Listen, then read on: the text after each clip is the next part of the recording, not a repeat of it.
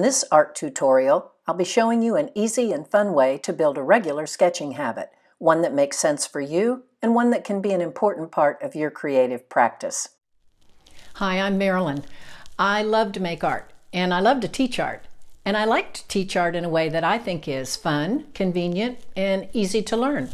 I have tips for beginners, and I think some of those tips might be helpful for experienced artists as well. In this lesson, I'd like to share with you something that worked for me as a way to build a sketching habit that has become part of my creative practice. It's all about making mini works of art on a regular basis. And that regular basis has to be something that makes sense for you.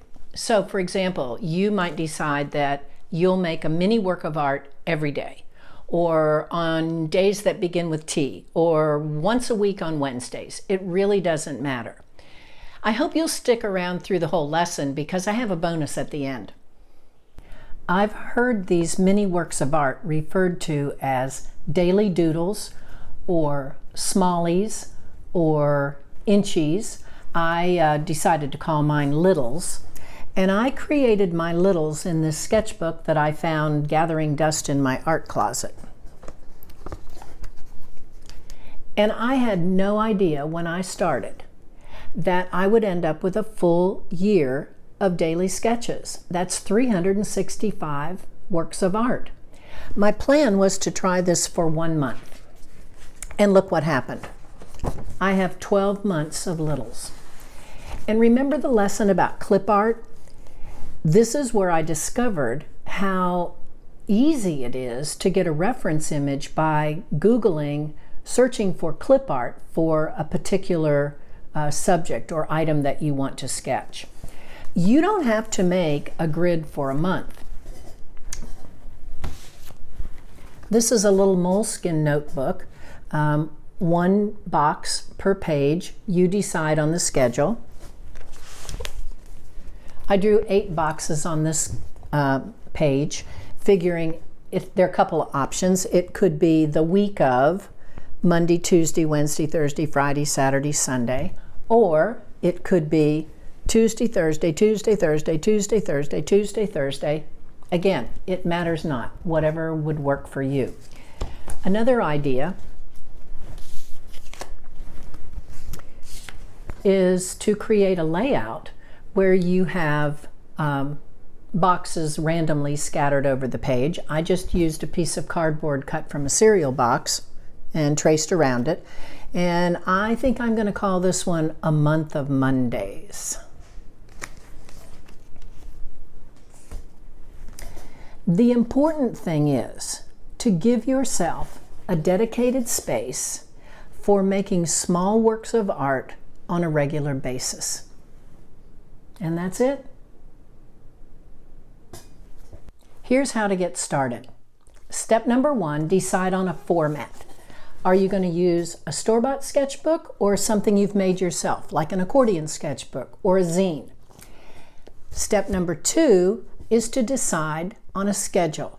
How frequently do you want to commit to creating small works of art? I found that every morning over my morning coffee to do a little 2-inch by 2-inch sketch worked out just fine. The important thing is to make sure that it works for you and fits with your schedule. Step number 3, use a template or a T-square to create a grid or boxes in your sketchbook. When I did my littles, I made 5 rows of 7 columns of boxes that are a little bit smaller than 2-inch by 2-inch, and really just because that's what fit on the page.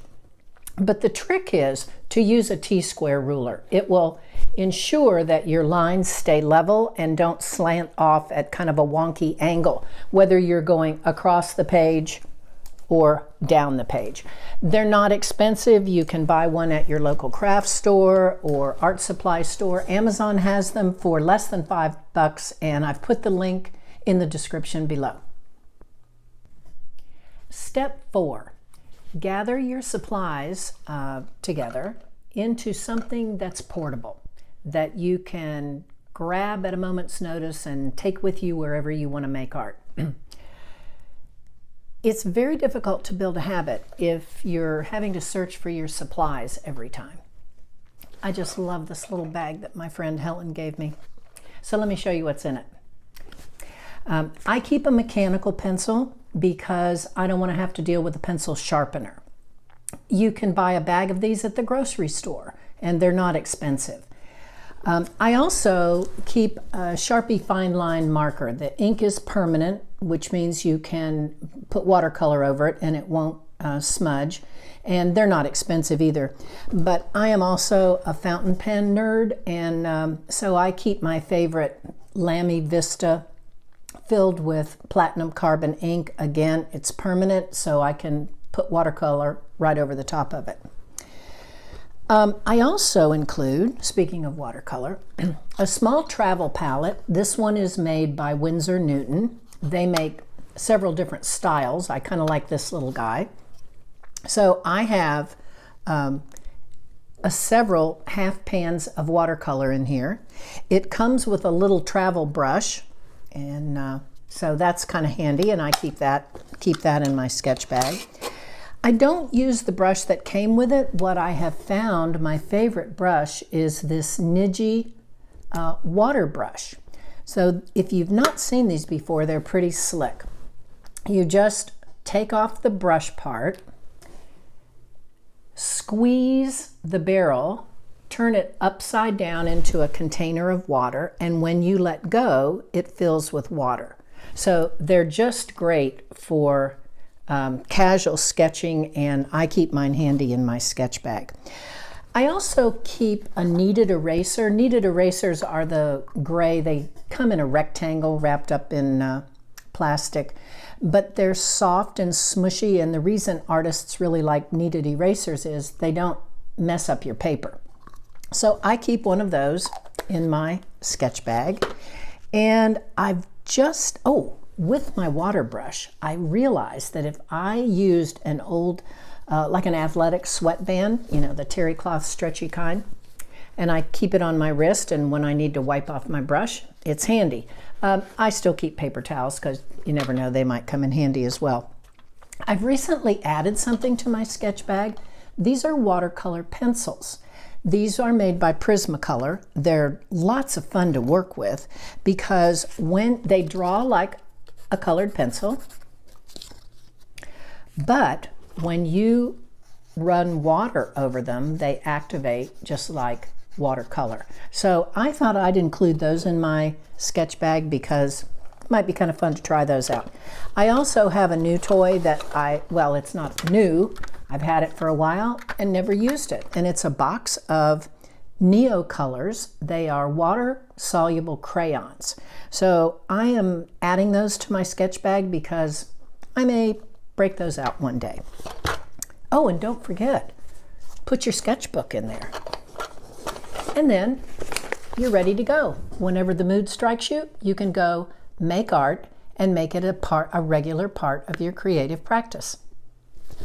One last thing. Please don't stress out if you miss a day. It is supposed to be fun, and stuff happens. You just catch up whenever you have a little bit of extra time. Habits take time to build, and the goal is to build a habit that fits into your creative practice. I promised you a bonus, didn't I? Well, how's this for a travel palette? Discarded breath mint tin, insert from a package of chewing gum, take your favorite watercolor paint, add a little dab in each of the sections, let this sit for a little bit until the paint hardens up, pop it into that tin, close the lid, and you're good to go. I love these little sketchbook tins. That's it for this lesson. If you'd like a tour of my little sketchbook, check the playlist for sketchbook tours, and it will be under the title of Littles. It goes at a pace where you can take a little closer look, and it comes complete with music. That's it for this lesson. Thanks so much for watching, and I'll see you soon.